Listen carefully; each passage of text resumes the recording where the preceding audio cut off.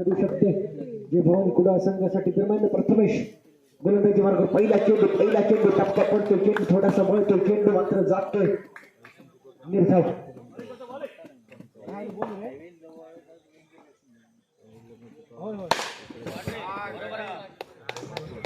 अरे नको मागचा नको आहे तुम्ही या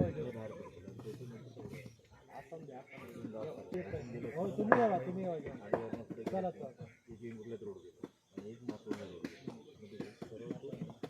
चला दुसऱ्या चेंडूवर मात्र 2 धावा येतात आणि हा तिसरा चेंडू सुद्धा थोडासा नाट्यमयरित्या चेंडू जातोय डिक्लर क्षेत्रामध्ये चेंडू जाईल पाईच्या स्वरूपात 1 धाव मिळेल म्हणजेच धावांचा जर विचार केला तर 3 चेंडू आणि 3 धावा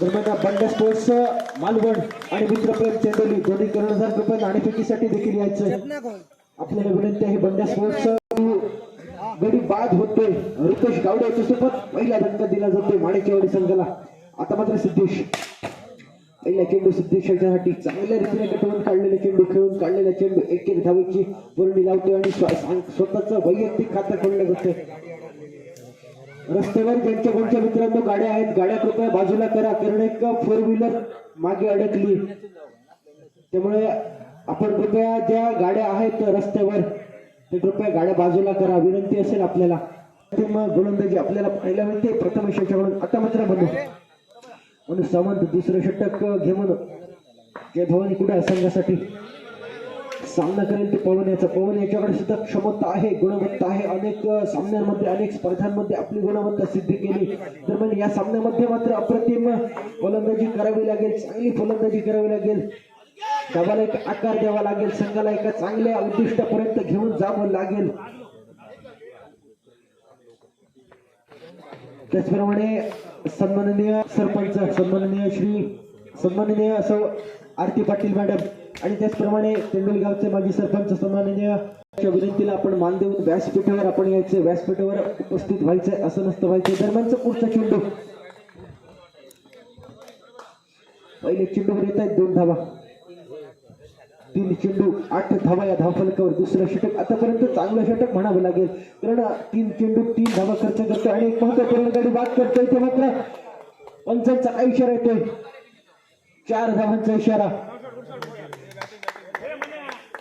अप्रतिम फटका येतोय अचूक फटका येतोय निश्चितच हा फटका महत्वाचा होता गरजेचा होता आणि तो गरजेचा फटका मात्र होतो 12 धावा धावफलकावर 4 चेंडू 12 धावा आतापर्यंत चांगली गोलंदाजी केली होती परंतु एक खराब चेंडू आणि त्या खराब चेंडूचा फायदा मात्र उठवला जातो इथे मात्र कमबॅक करतो एक तेरी तो एक मेरी असं सांगतोय गोलंदाज इथे मात्र गडी बाद एक प्रतिनिधी कृपया नाणेफेकीसाठी पाठवा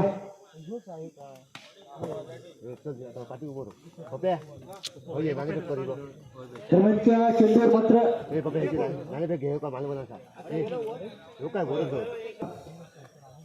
दरम्यान शेवटचं षटक कोण हाताळेल त्याला शेवटचे 6 चेंडू असतील शेवटच्या 6 चेंडूवर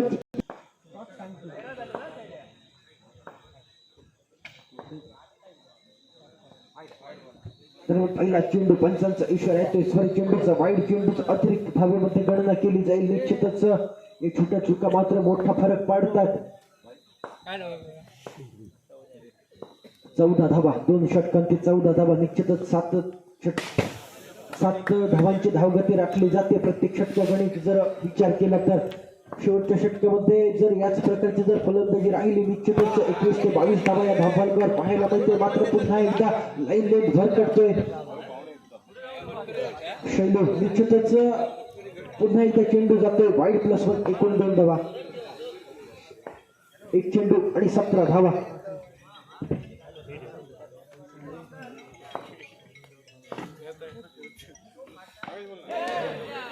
इथे मात्र थोडासा लेझी फटका पाहायला मिळतोय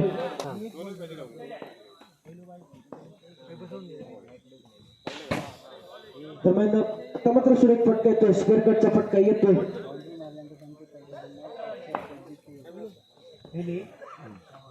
दरम्यान जर सिद्धेश याने बाउंड्री खेचली तर मात्र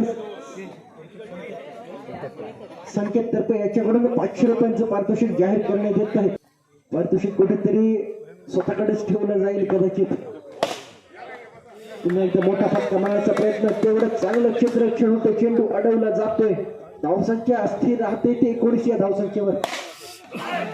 सुरेख सुरेख फटका होता, किंचितचा खाली असता तर निश्चितच 6 धावांचा फटका आला असता, परंतु मैदानाच्या बाहेर गडी बाद होतोय. धावसंख्या स्थिर राहते ती 19 या धावसंख्येवर.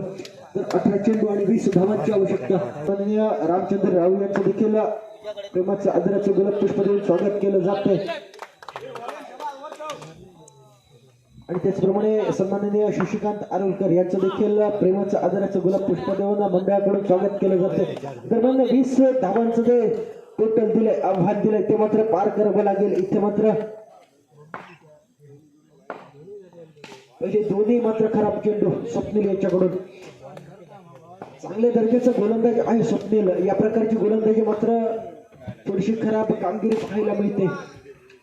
मात्र नंतर कमबॅक करतो दोन्ही अचूक टप्प्याचे चेंडू, परंतु जे काही घडून गेलंय त्याला मात्र आपण अडवून ठेवलंय. आता मात्र 16 चेंडू आणि 16 धावांची आवश्यकता. इथे मात्र पुढे जाऊन स्टेप आउट करून मारण्याचा फटका होता. एज लागते, चेंडू मात्र जातो डिक्लेअर क्षेत्रामध्ये. एकेरी धावेत याची गणना केली जाईल. दरम्यान पुन्हा एकदा ती लेंथ चुकतो, लाईन चुकतो. इथे कुठेतरी पुन्हा एकदा वाईड चेंडूचा मारा केला जातोय. 7 धावा, 4 चेंडू आणि 7 धावा. निश्चितच अशा चांगल्या गोलंदाजीची अपेक्षा होती स्वप्नील याच्याकडून, परंतु ती अपेक्षांची पूर्तता मात्र स्वप्नील याच्याकडून होत नाही. 5 चेंडू 8 धावा ही धावसंख्या धावफलकावर 20 धावांचं टोटल आणि ते लो स्कोरिंग टोटल मध्ये अशा प्रकारची गोलंदाजी करावी हे मात्र बघायला गेलं तर कालचा सामना आपण आठवू शकतो. सावली षटक. आता मात्र मनीष थोडीशी खराब गोलंदाजी आहे पहिल्या षटकामध्ये. दुसऱ्या षटक मात्र अप्रतिम गोल्डन हँड घेऊन आलाय. पहिल्या चेंडूवर मात्र मोठा फटका घेण्याचा प्रयत्न, शैलूचा प्रयत्न मात्र फसतोय, गडी बाद होतोय. पहिल्या चेंडूवर धक्का दिला जातोय. इथून कलाटणी घेईल का सामना? निश्चितच त्यावेळी मनुष्याच्या बॅटमधून चौकार आला होता, गोलंदाजीसाठी आलाय. पहिल्या चेंडू 9 धावा, उर्वरित 11 चेंडू आणि 11 धावांची आवश्यकता. आता मात्र पुन्हा एकदा बॉल टू रन इक्वेशन. 10 चेंडू 10 धावा. सन्माननीय रोहित कानोलकर, आपणास विनंती आहे आपण कृपया व्यासपीठावर यायचंय, मंडळाशी संपर्क साधायचाय. रोहित कानोलकर. दरम्यान पुन्हा एकदा चालू असलेल्या सामन्याकडे वळूया. 3 चेंडू 11 धावा, म्हणजेच 9 चेंडू आणि 9 धावांची आवश्यकता. लो स्कोरिंग थ्रिलर पाहायला मिळतो, हाय व्होल्टेज ड्रामा पाहायला मिळतोय. आपल्या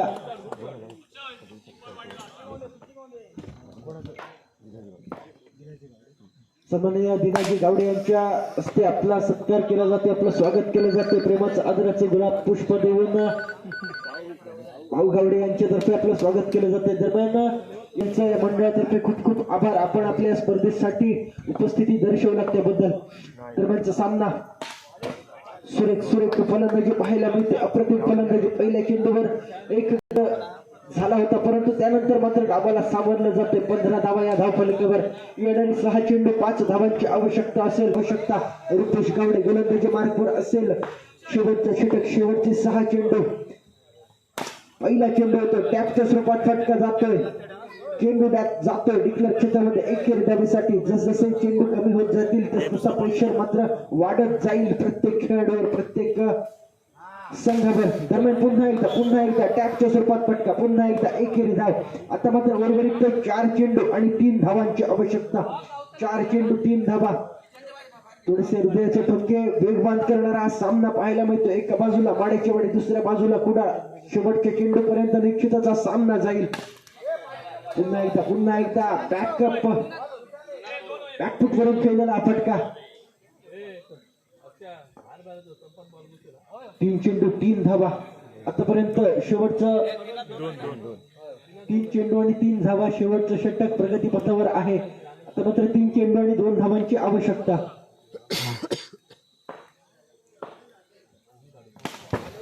सुरेख फटका येतोय, क्रॅकिंग फटका येतोय.